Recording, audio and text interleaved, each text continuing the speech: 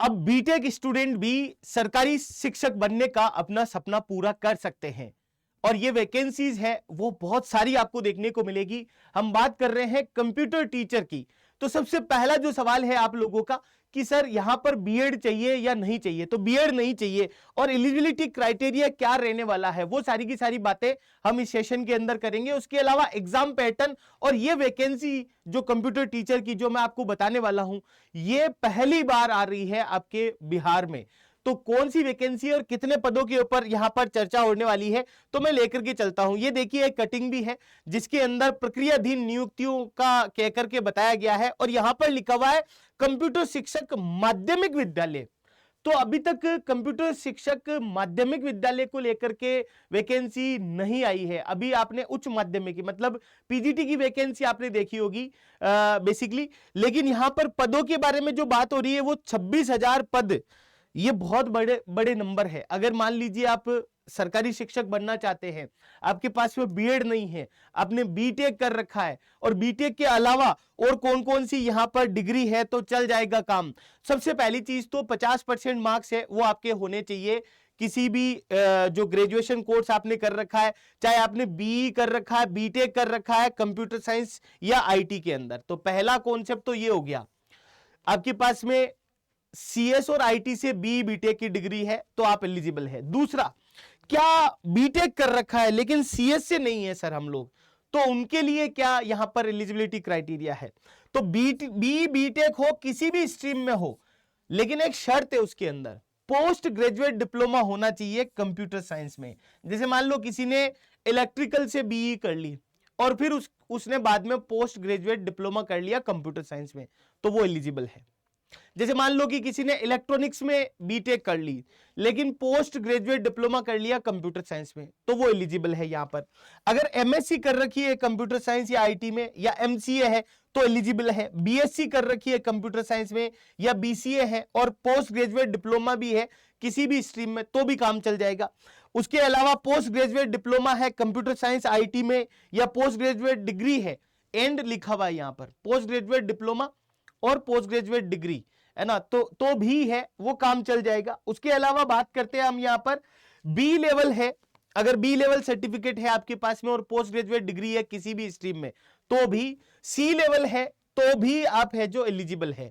मैं बात कर रहा हूं यहां पर माध्यमिक स्तर की वैकेंसी के बारे में, माध्यमिक विद्यालय को लेकर के यहां पर चर्चा हो रही है। उच्च माध्यमिक की वैकेंसी तो टीयर फर्स्ट में, टीयर सेकंड में, टीयर थर्ड में आपको देखने को मिली, मतलब पीजीटी की वैकेंसी तो आपको देखने को मिली है।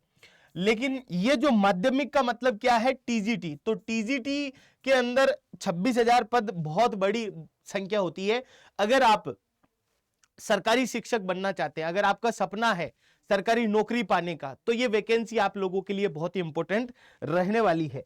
उसके आगे बात करते हैं, इसके अंदर जो एग्जाम पैटर्न है वो सेम वैसा ही रहेगा जैसा पीजीटी का रहता है। जो पार्ट 1 है बेसिकली आपका जो लैंग्वेज टेस्ट है इसे क्वालिफाई करना होता है आपको। देन उसके बाद में जनरल स्टडीज है वो भी 40 मार्क्स की 40 क्वेश्चन आपसे पूछे जाते हैं। और फिर पार्ट 3 है वो हमारा कंप्यूटर साइंस का रहेगा जिसमें 80 क्वेश्चन है वो 80 मार्क्स के आपको देखने को मिलते हैं। टोटल 150 नंबर का पूरा एग्जाम पैटर्न है वो आपको देखने को मिलता है। अब बात आती है कि सर मुझे सरकारी शिक्षक बनना है, कंप्यूटर साइंस से ही बनना है, मुझे क्या करना चाहिए? तो पहली चीज, सबसे इंपॉर्टेंट चीज, आपको बेसिक सिलेबस पूरा करना चाहिए। बेसिक सिलेबस ये नहीं है कि आप बहुत सारा टाइम लगा दो। बेसिक सिलेबस पूरा करने के लिए एक अच्छा टीचर, एक अच्छा कोच, अच्छा मेंटर है वो आपको सेलेक्ट करना चाहिए, है ना। आप मेरे साथ में कनेक्ट होके भी पढ़ सकते हैं बहुत ही बढ़िया तरीके से। फिर उसके बाद में दूसरी चीज आपको प्रैक्टिस है वो करनी चाहिए। प्रैक्टिस बार बार, एमसीक्यू की प्रैक्टिस साथ साथ में करनी चाहिए, जिससे क्या हमें पता रहेगा कि हमने जो बेसिक सिलेबस किया है वो हमारा कितना सही है और हम कितना अच्छा कर पा रहे हैं। तीसरी जो सबसे इंपॉर्टेंट चीज है रिवीजन, तो रिवीजन के ऊपर फोकस करना चाहिए। चौथी चीज है आपके मॉक टेस्ट, जैसा का जैसा हमारा एग्जाम पैटर्न आता है, ये 4 चीजें आपको करनी है। देखो वैकेंसी अभी आने वाली है तो अगर आप ये काम पहले से ही शुरू कर दो, अगर आपका टारगेट है और आप जॉब भी नहीं कर रहे हैं या मान लीजिए जॉब भी कर रहे हैं आप, तो थोड़ा डेली का आप पढ़ें तो निश्चित तौर पर जब एग्जाम आएगा तब आप एक अच्छे मुकाम पर अपने आप को देख सकते हैं। और थोड़ा थोड़ा पढ़ने के लिए एक टीचर की आपको हेल्प लेनी चाहिए। और इसके लिए हम लोग आपको क्या प्रोवाइड करवा रहे हैं, टीचर्स अड्डा 24/7 की टीम, चाहे बीपीएससी टीयर 4 हो, चाहे एस्टेट एग्जाम हो, या फिर ये माध्यमिक स्तर की जो वैकेंसी आपको देखने को मिल रही है, सभी सब्जेक्ट्स की क्लासेज हैं वो आपको मिलने वाली है, बेसिक कॉन्सेप्ट और ट्रिक के साथ में। लाइव क्लासेस रहेगी, डाउट भी आप क्लियर कर सकते हैं, पीडीएफ भी आपको मिलेगी और रिकॉर्डेड वीडियो आप कभी भी देख सकते हैं।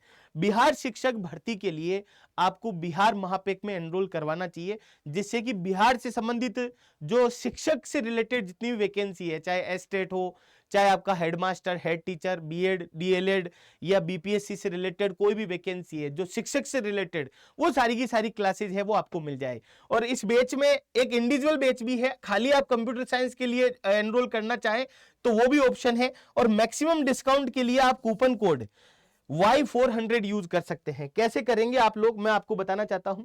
आज सबसे पहले अड्डा 24/7 की मोबाइल एप्लीकेशन डाउनलोड करेंगे।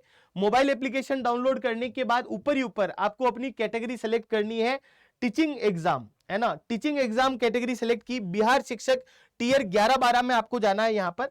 और ये रहा बिहार शिक्षक भर्ती का महापेक। यहां पर 15 मंथ वैलिडिटी सेलेक्ट करना है आपको और बाय नाउ पे क्लिक करना, और कूपन कोड यहां पर क्या लगाना है आपको, Y400, Y400 कूपन कोड जैसे आप अप्लाई करेंगे तो ये 1900 कुछ रुपए के अंदर 15 महीने की वैलिडिटी के साथ में ये महापेक आपको देखने को मिलेगा। कूपन कोड है Y400, ये कूपन कोड यूज कीजिए, एक्स्ट्रा डिस्काउंट पाइए और अभी से अपनी तैयारी है वो शुरू कर दीजिए। क्योंकि देखो, जब वैकेंसी आएगी और आनंद फानन में आप तैयारी करना शुरू करेंगे तो उसका रिजल्ट है वो अच्छा नहीं आएगा, फिर बाद में आपको निराशा मिलेगी। लेकिन अभी अगर आप अभी से शुरू करते हैं तो निश्चित तौर पर एक आप अच्छे मुकाम पर अपने आप को पहुंचा सकते हैं। तो इजाजत चाहता हूं, जय हिंद, जय भारत और धन्यवाद। और आपके कोई डाउट हो तो जरूर लिखिएगा मुझे कमेंट में। Thank you guys, thank you very much.